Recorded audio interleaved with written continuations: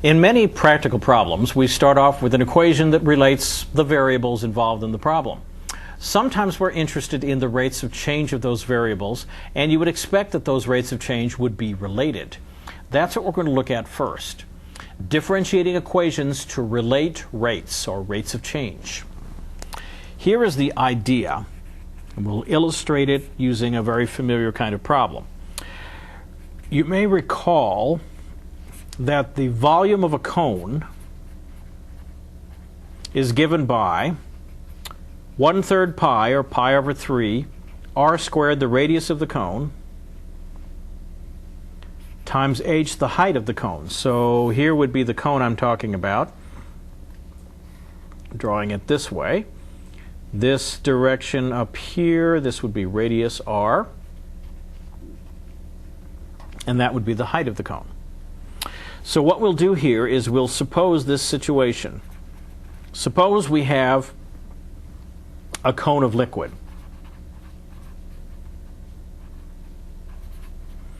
You can imagine that we have a metal cone of some kind, and we've got it filled with some kind of liquid like water, and then we're just examining the water, which is in the shape of a cone.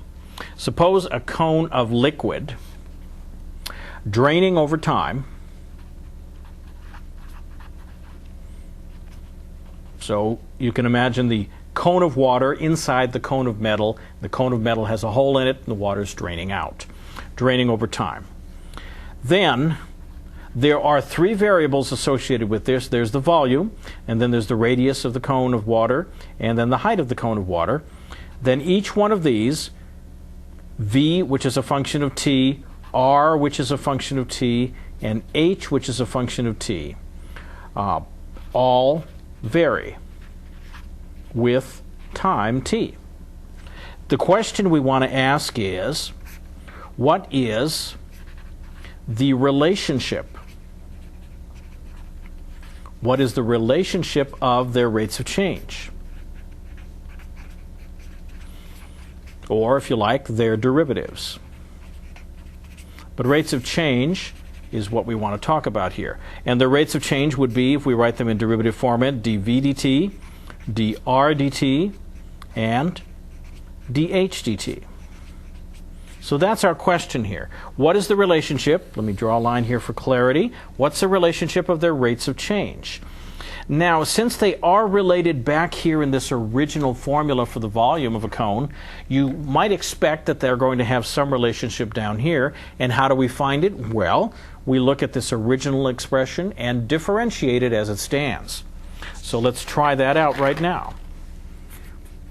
The answer to the question is, since we have that relationship between the variables, pi over 3 r squared times h, then we can get a relationship between the rates of change of those variables, or the derivative of those variables, by taking the derivative throughout with respect to t. This is where our knowledge of the chain rule will come in very handy. So the derivative of the left is just dv dt. The derivative of the right is the derivative with respect to t of pi over 3 r squared h. This is now a product. Let's just note that here. So the product rule will be needed. And let us compute that. The constant pi over 3 just comes out front and stays there. We had a rule for that. The product rule says leave the first term alone, r squared, times the derivative of the second, which is dh dt here, plus the second left alone, times the derivative of the first. The derivative of the first is the derivative of r squared. R squared has derivative 2r times, because r is itself a function of t, the chain rule dictates that this must be times dr dt. Here we have now the three rates related. So the three rates are related. They appear in an equation. dv dt on the left, and this relationship between dh dt and dr dt and dv dt is represented on the right. They are related if we know any two of them, of these rates, then we know the third. And that is where this becomes very handy. Because very often in a given physical problem, you can measure a couple of these rates. They are things that are accessible to measurement, whereas the thing that you're really interested in is not accessible to measurement. And this allows you to calculate that using the original equation as a starting point and then taking the derivative throughout. Let me show you an example of a classic problem of this type. And these usually take a while to write out, so you want to listen and see if you can make sense of this as we go. Suppose oil is spilled from a ruptured tanker, kind of thing you hear about on the news in the ocean, and the oil that is such spilled in this way spreads in, let's say, a circular pattern. Keep it simple here. Suppose it spreads in a circular pattern whose radius, something we can easily measure, whose radius increases at, say, 2 feet per second. The question we have here is, how fast is the area of the spill? Now, this is very important to people who are trying to clean up such a spill. How fast is the area of the spill increasing at some point in time? Let us say when the radius, which we are measuring after all, reaches exactly 60 feet. So that is our question. And here's a picture to illustrate what's going on. Suppose the spill happens at this dot. Then as time goes on, the spill forms a circle. This is the oil spill. It actually forms a disk, and it has radius r. So this is the spill of oil that is spreading outward in all directions as the radius increases. Then in here, of course, is the area of the spill. And we are asking a question about the area based on our observation, say, of the radius. How are we going to solve this problem? We'll bring this back in a moment, but let's start on a solution. First of all, in these sorts of problems, you want to write down what you know in the way of rates. Sometimes a rate is given. In this case, you are given that the rate of change of the radius with respect to time, which we write in mathematical notation as dr dt, is equal to plus 2. And I won't worry about the units right now. That's something we'll deal with at another time. But I did write the plus because I want to emphasize that this is increasing. This is the radius increasing outward. If it were decreasing for some reason, we'd have a minus there, and that would change the problem. We are given that, and we ask ourselves, what do we want? We want the rate of change of the area, the rate of change of the area, which is the derivative of the area over time, at a given point in time indicated by when the radius is 60 or 60 feet.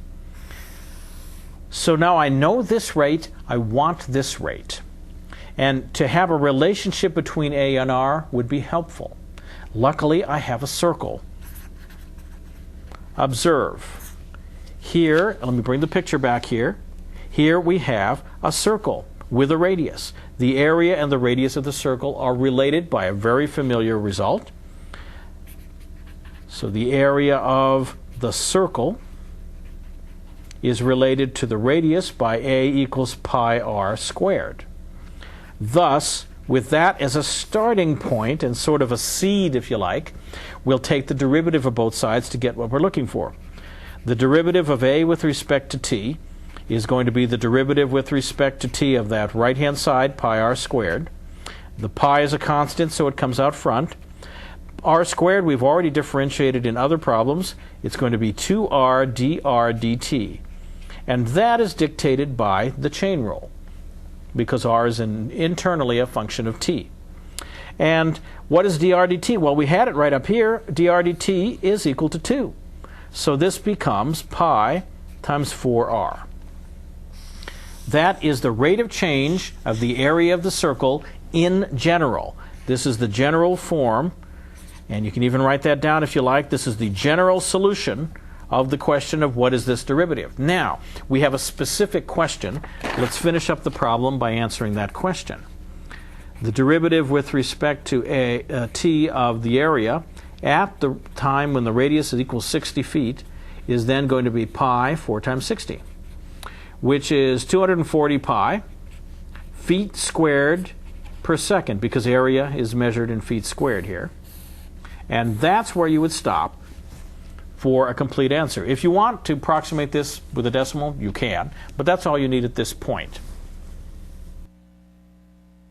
As we saw from that last example on related rates, sometimes these problems are long, and it would help to have some sort of strategy for attacking them when you see them written out in the book or when you come across them in applied situations. So let's write down a strategy. All right, this is for related rates problems. That's what this strategy is for. Okay, here is what I will recommend. The first thing you should do in this situation, once you've read it through, is label all the variables.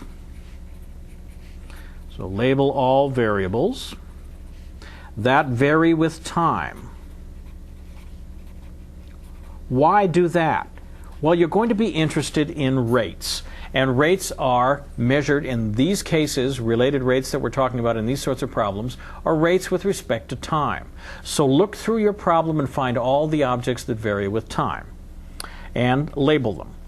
Then write as derivatives, that's using proper mathematical notation, as derivatives, the known and the desired, the ones you don't know, the desired range.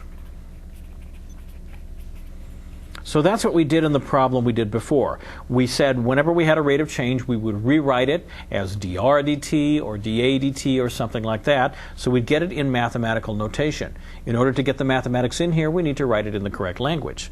So write as derivatives the known and the desired rates of change, what you're looking for. Now, here is the part that is the key to the problem, and one that will differ from problem to problem. Find somehow an equation relating the variables of interest. There are certain variables that you want to examine in the problem, and there are certain rates that you'd like to know about. That is what I mean by variables of interest. And so this might involve draw a picture, draw pictures, say, and so on, various other kinds of things you might do. Finding this equation is the key to the problem and will differ from problem to problem. It may involve looking at a triangle and getting from that a trigonometric function, or using the Pythagorean theorem, say, or it might involve something involving physics. It could involve all sorts of things. Where this equation comes from that relates the variables, remember I said that was sort of the germ, that equation was the germ or the seed of the problem. That would be the equation that you will then differentiate to get the relationship between the rates. And that's the very next thing I have here. Differentiate that equation, however you found it, differentiate that equation to find the relationship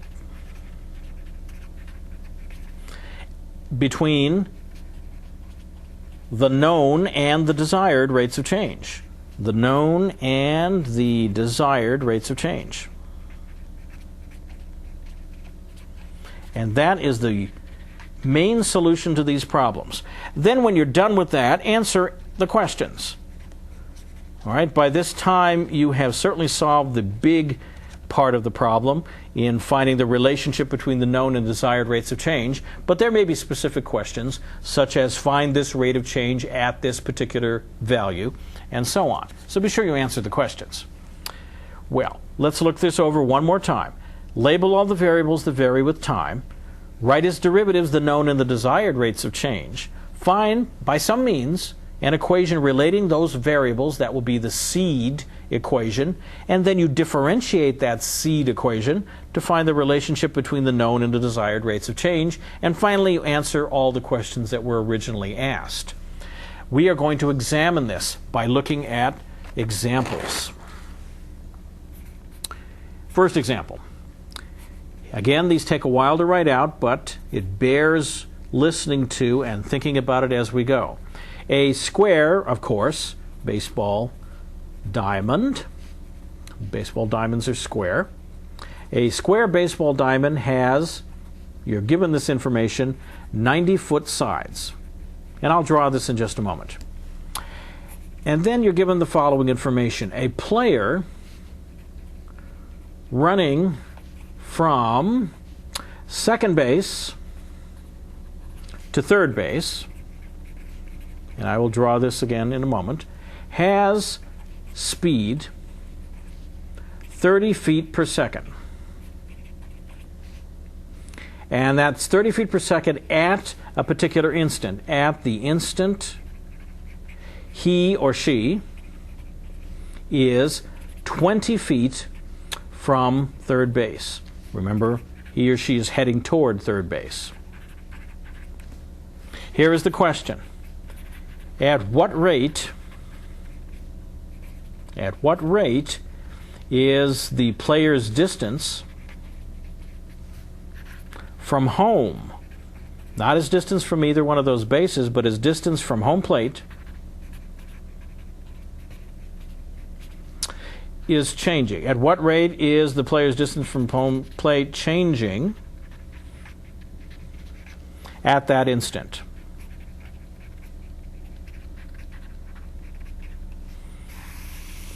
Now, these are the sort of unconscious calculations that people who are playing baseball make in order to decide how hard to throw a ball to reach a place that they're interested in reaching. But we're going to go ahead and do the calculations here directly. So let us suppose here that we have our baseball diamond, something like this, and it has right angles at each one of the corners, so it's a square. This is home plate at the bottom. This is first base here. This is second base here and third base here. Here is our player, this dot here, and we are interested in a couple things. We are interested in his rate of change, which we have given to us, this speed, 30 feet per second, and he's heading toward third base. So this distance here is one we'll be interested in, so let's go ahead and call this distance something. That's what the first part of our strategy suggested, labeling things. Call this distance, say, x. Now there is another distance we're interested in, the distance from the player here to home plate. Let's just dot that in. And then we'll call this distance something else. Call this distance, well, without much imagination, we'll call it y. So we've got x and y. And then remember that the square is 90 foot on a side, so this is 90 feet here along this other side. Now we'll come back and look at this picture a little bit, and we'll draw parts of it again larger, but this is the picture we have. Baseball diamond, player between second and third, approaching third, and we want to know how the distance between the player and home is changing at a particular moment, when the player is exactly 20 feet from third base. So to begin the solution here, now that we've drawn the picture, we want to write down what we know and what we are looking for in the way of rates. We know that the rate of change of x with respect to t at the time x equaled 20. Now let's come back here and see again what that is. This distance here is the x distance we've marked. We know the rate of change of this because we know how fast the player is going. We do know that this distance is shrinking over time. So the rate of change that we use will not be the plus 30 feet per second, but we'll have to put a minus here because this distance is shrinking. So the rate of change of x with respect to time at x equal 20 is given to be minus 30 feet per second. And that's because we have a decreasing value of x. That's what we know. What is it we want? We want to find the distance, the derivative of the distance from home to the player at time t, the rate of change of that distance with respect to time t at that same place, x equal 20 feet. That's what we're looking for. And let's just mark here a note that this is also a decreasing distance. If you look again at the picture here, this distance is the hypotenuse of this right triangle, and as we get closer this way, this hypotenuse is shrinking. So this distance between the player and home is shrinking over time. And so we would expect, this tells us what we ought to expect. We should expect a negative value here in the end. And let's see if we actually end up with that. Now, once we have the rates written down, the next aspect of the strategy was to find some sort of equation which would relate the two variables of interest here, x and y. Well, if we go back to our picture and we blow up one part of it, we can observe the relationship that will be helpful. We have this arrangement. Here's x, here's third base at the corner here, here's a 90-foot side of the baseball diamond, and here's y, the distance to home plate. Well, that's a right triangle. So, by the well-known Pythagorean theorem, which I hope everybody knows, by the Pythagorean theorem we can write down that y squared is equal to x squared plus 90 squared, because y is the hypotenuse here. All right, let's take that to the next page so we can start using our derivatives. Y squared equals x squared plus 90 squared. Once we have this seed equation, we now want to take the derivative throughout with respect to t. So that's what we'll do in order to get the relationship between the rates that we're looking for. So the derivative of the left-hand side, d dt of y squared, is now d dt of the right-hand side, x squared plus 90 squared. On the left, the chain rule is invoked. The derivative of a function to the squared power, first of all, is 2 times y to the 1 power, times the derivative of the inside. Since we don't know what y is, the best we can do is write down dy dt. Here the derivative of x squared, of course, is 2x, and the derivative further of x is dx dt, because remember, we're taking the derivative with respect to t, not with respect to x. So since it's with respect to t, that assumes that x is some function of t that we don't happen to know, and so we need to take its derivative by the chain rule, plus 0, which is the derivative of any constant. If we now solve for dy dt, which is what we're looking for, the 2's, as you see, cancel and become 1, so this becomes x over y dx dt. And if that's all we were interested in, if all we were interested in was a general solution, we are now finished. We have found the derivative of y with respect to t in terms of x, y, and dx dt. But that's not what we were interested in. We want to find dy dt, the rate of change of the distance from the player to home plate, at the point when the distance from the third base is 20 feet. That is when x is 20 feet. So we can write that down now. When x equals 20 feet, let's stop for a moment. If x is 20, dx dt will not be hard to find. We have that given to us. But I will need to know y in order to complete the calculation. So let me take a moment to find y. When x is 20 feet, then I need a relationship between x and y. Luckily, if I look right back up here, I have one. Y squared equals x squared plus 90 squared. If I know that x is 20, I can calculate y.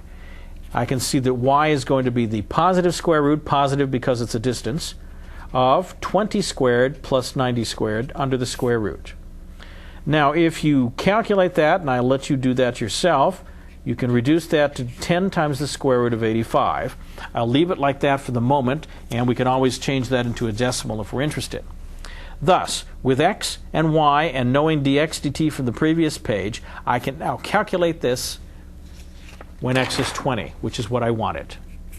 Thus, the derivative of y with respect to t when x is equal to 20 is equal to x over y, 20, y we just calculated is 10 square root of 85, times dx dt, which remember is minus 30, and that, if we approximate it, would be about minus 6.51 feet per second, because it is a rate after all. And that's where we would probably stop in most problems, because that gives us the kind of information that we'd find useful. So I hope you enjoyed that. We'll come back and do more like this, but this takes practice and repeated efforts to solve these problems and read the words in the original problem to make sense of them, translate them into mathematics, and proceed. So try that yourself, and we'll come back and do some exercises. Since related rates problems are long in general, we will do here just a single exercise and try to illustrate most of the kinds of things you'll be running into. So here is our exercise. The situation is as follows. Wheat is poured through a chute at a rate that's known, at the rate of, say, 10 feet cubed per minute, and it falls in a conical pile. That's a cone, of course, in a conical pile whose bottom radius, so the radius of the bottom, is always exactly half the height of the pile.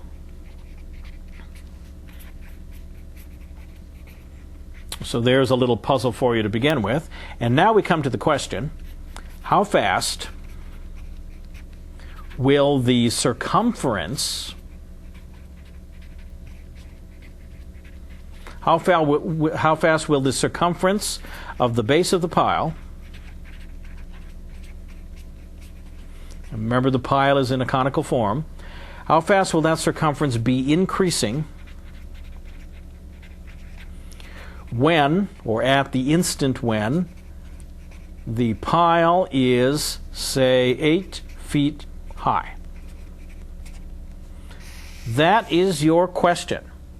Wheat is pouring down and forming a conical pile. It's pouring at this rate, 10 feet cubed per minute. The bottom radius is always half the height of the pile. The question you must answer is, how fast will the circumference of the base of the pile be increasing at the moment the pile is 8 feet high? Give that one a try. This problem had several complications, didn't it? Well, I hope you teased them apart and ended up with a solution. Let me show you what I did and how I thought about it as I went. Here's the original problem. The first thing is I drew myself a picture of a cone.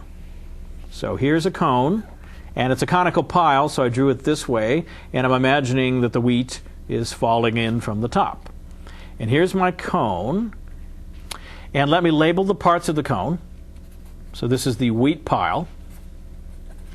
And I know that a cone has a radius of its base and it has a height. Those are the two measurements that we usually remember. And since the wheat is falling and creating this cone, that means the volume of the cone is changing. Let us recall the volume of a cone. So the volume of a cone is given by V equals pi over 3 r squared h. Okay, what do we know? If you remember, we were told the rate at which this wheat is falling. So we know the change in volume. That is to say, we know the rate of change of volume, which is dV dt. That's given to be plus, because it's increasing, plus 10 feet cubed per minute. And again, let me remark, by putting the plus here, I'm emphasizing that this is increasing volume. More wheat is coming down as time goes on. All right. We are also given another piece of information. We may not quite know how to use it yet, but we also know that the radius is always equal to exactly 1/2 the height. Now, I don't know where I'm going to use this yet, but it's worth having around. In fact, maybe I'll write it the other way too. This is the same thing as h is equal to 2r. So this gives me a relationship between h and r, and I'm sure that's going to come in handy. But I write it down just to note it. Now, the question was, what is the rate of change of the circumference of this pile as it gets more and more wheat? So I need to have a form for the circumference of a circle. So recall here also that the circumference of a circle of radius r, because this circle has radius r, is c for circumference, say, 2 pi r. Finally, what is it we want now that we have the circumference written down? We want, here is the final question we're interested in answering. We want the rate of change of the circumference, That's dc dt, writing this in proper derivative notation. And we want that at the instant when the height of the pile h is equal to 8 feet. So now we have done all the original work on this problem. This is our goal. We started by labeling everything, drawing pictures as necessary. We wrote down the rate we knew. We had another algebraic fact given to us that we don't know where we're going to use yet, but we write it down for reference. We wanted to write down something involving the circumference, so we had to remember the circumference formula. And finally, we write down the question we want to answer. How do we get now dc dt evaluated at h equals 8? Well, we put the h equal 8 part off to the end, and we concentrate on finding dc dt. So we examine our goal and see what kinds of things we're going to need to accomplish that goal. So the goal is find dc dt. Now that's the derivative with respect to t of the circumference, but we have a formula for the circumference. That's 2 pi r. So this becomes, to simplify it, the constant 2 pi is pulled out front, and we have left dr dt. Well, that's handy. If we knew dr dt, we would be done. So we can write that down just to keep track of this. If we know dr dt, we'd be done. Okay, so now if I find dr dt, that's all I need. Let's look back at what we have. We do know one equation, that the volume is pi over 3 r squared h. Okay, we also know, if we're looking for dr dt, maybe we should get rid of excess letters here. We know that h can be written in terms of r. From the previous page, which we have here, remember that h is 2 times r. So I can put that in here. Pi over 3 times r squared times 2r, which leaves me with 2 pi over 3 times r cubed. So now the volume is written solely in terms of r. That is the seed equation here that will give me a relationship when I differentiate it between the derivative of v with respect to t, which we happen to know, and the derivative of r with respect to t, which we don't know. And if we find the r, therefore, its derivative, that will take us back to here, and then we'll be able to answer our question. So let's take the derivative. Thus, dv dt is equal to 2 pi over 3. Again, the constant just stays there. The derivative of r cubed involves the chain rule because we're taking the derivative not with respect to r, but with respect to t, of which r is a function. So 2 pi over 3 times 3r squared times dr dt as the chain rule demands. Well, we can simplify this. We can see that the 3's are going to give us 1. Let's take that to the next page. dv dt is equal then to 2 pi r squared times dr dt. We're really interested in dr dt, so let's solve for that.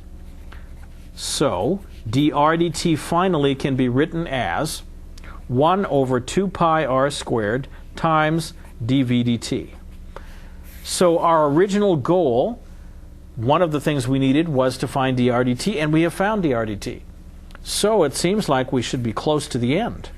Hence, the derivative of that circumference dc dt is equal to 2 pi times dr dt. We had that from before. Now we know dr dt, so we have 2 pi times 1 over 2 pi r squared dv dt. And remember, we know dv dt. We know the rate at which the wheat is falling into the pile. So let's simplify this a little bit. This is 1 over r squared dv dt. So now we really are near the end. We have dc dt written in terms of dv dt. And if we now evaluate this when the height is 8, that will allow us to calculate this. So let's do that as our final step. We finally want dc dt evaluated when h is equal to 8. And if you remember from the page previously, dc dt involves nothing that has h in it. So we're going to want to change h using the formula from the previous page. When 8 is equal to h, which remember is 2r, then we have that r must be equal to 4. Thus, as our very last step, the derivative with respect to t as h equals 8, which remember, we calculated this a moment ago, is 1 over r squared dv dt at h equal 8, is equal to what?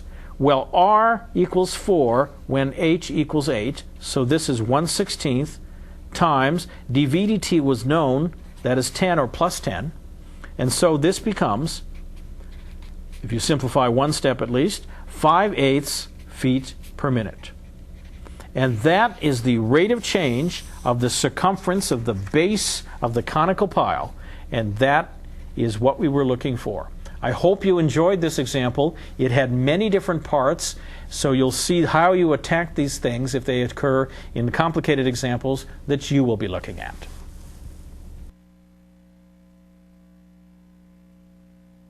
One further note on derivatives: making use of that property of derivatives that they represent the slope of lines tangent to curves, we can find local linear approximations of nonlinear functions, a long name for a simple idea. Here is the idea. Remember what we've done already with curves and derivatives. Suppose we have a function here, say y equals f of x. And suppose we pick a point on this curve corresponding to the x value x naught. And then that would have a corresponding y value of f of x naught. And let me draw in here the tangent line.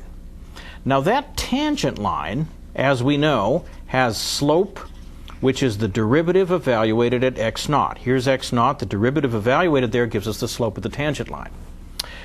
So I can now write down the equation of that particular tangent line.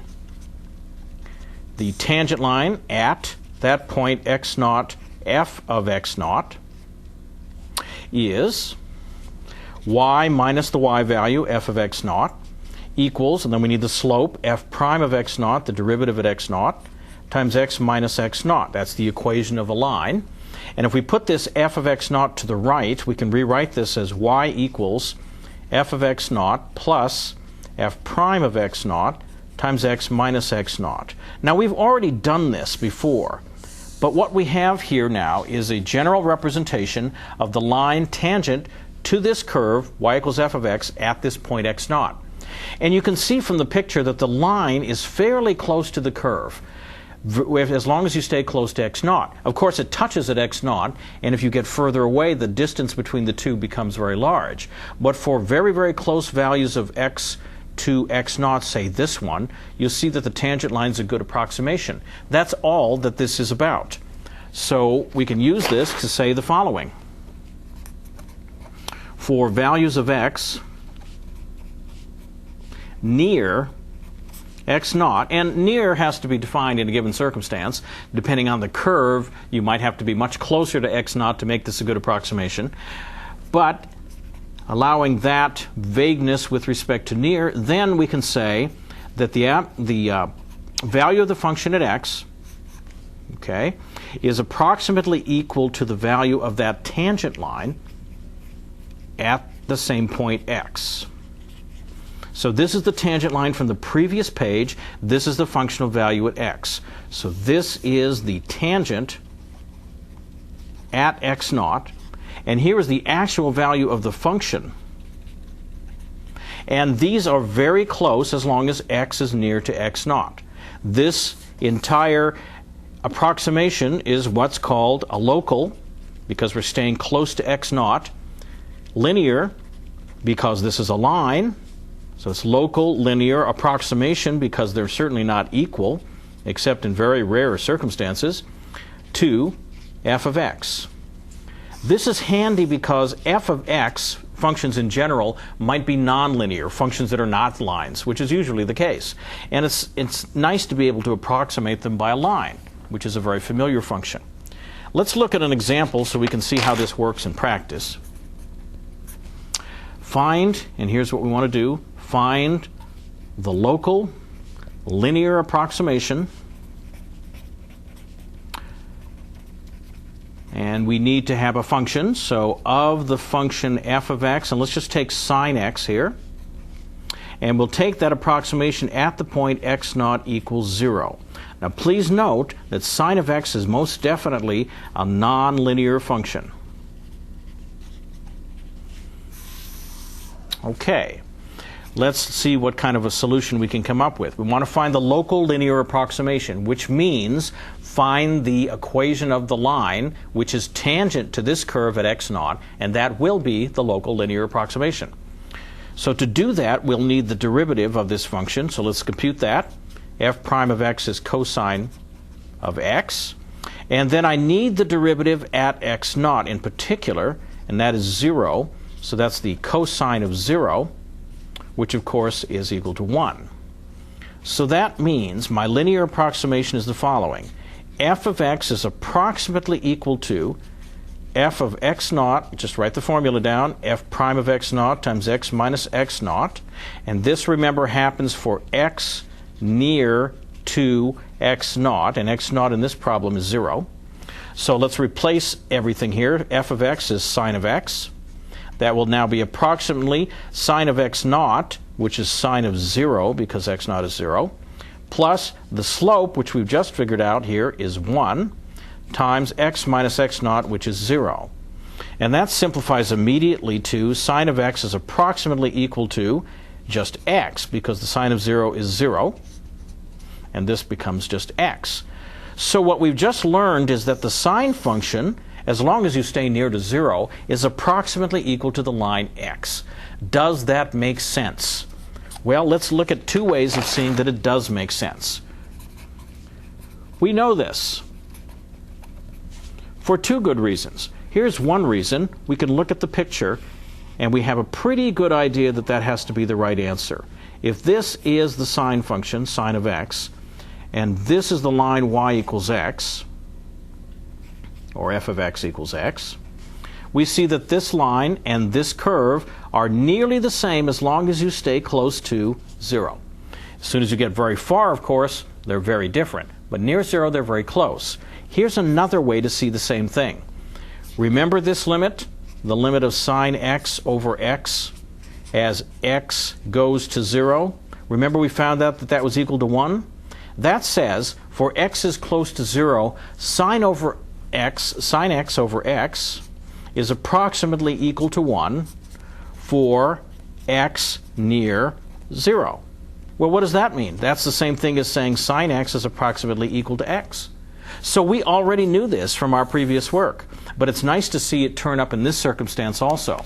So now we see this as a local linear approximation of the sine function, and the picture certainly suggests that it is the correct linear approximation.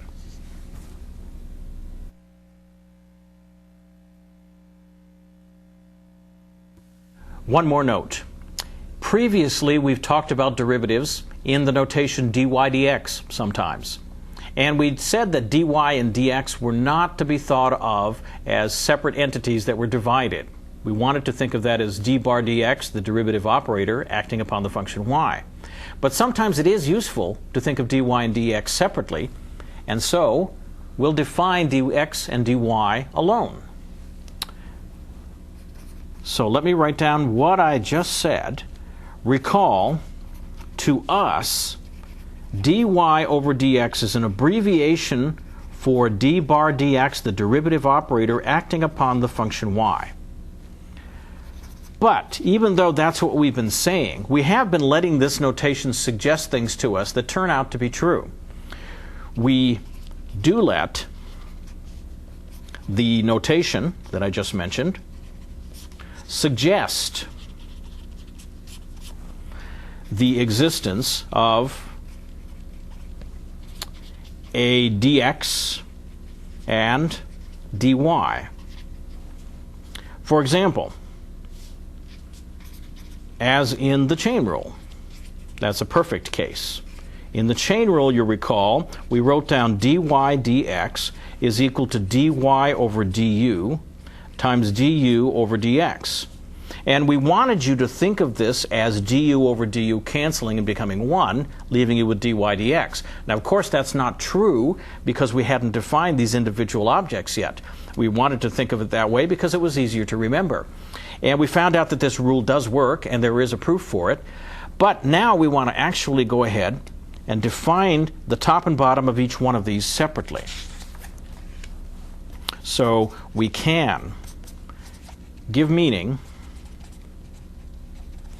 which we'll have to define, of course, to dx and dy. And, of course, du and any other d's that we happen to come across. And we'll give those names, too. So here's the definition we will operate with occasionally. First of all, let's suppose that we have the right circumstance. We'll suppose a function f is differentiable, again I'll abbreviate differentiable, at some point x.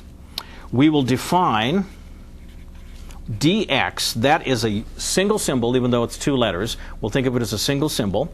We'll define this as an independent variable. So it's probably the first independent variable that we've defined that involved 2 letters instead of just 1. So we'll consider that an independent variable, and then we will also define dy now as a dependent variable depending on dx, and it will be defined to be f prime of x times dx. So dx stands alone as an independent variable. Dy is defined to be the function's derivative times dx. So what good does that do us? Well, then we can give this symbol, dy dx, meaning.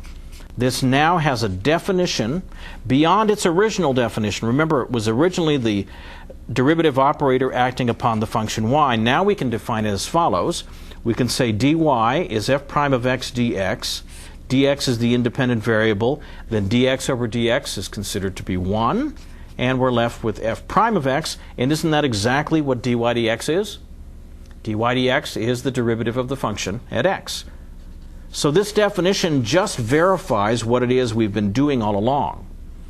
One way to think about this is to think about dy is the rise and dx is the run when you calculate the slope of the tangent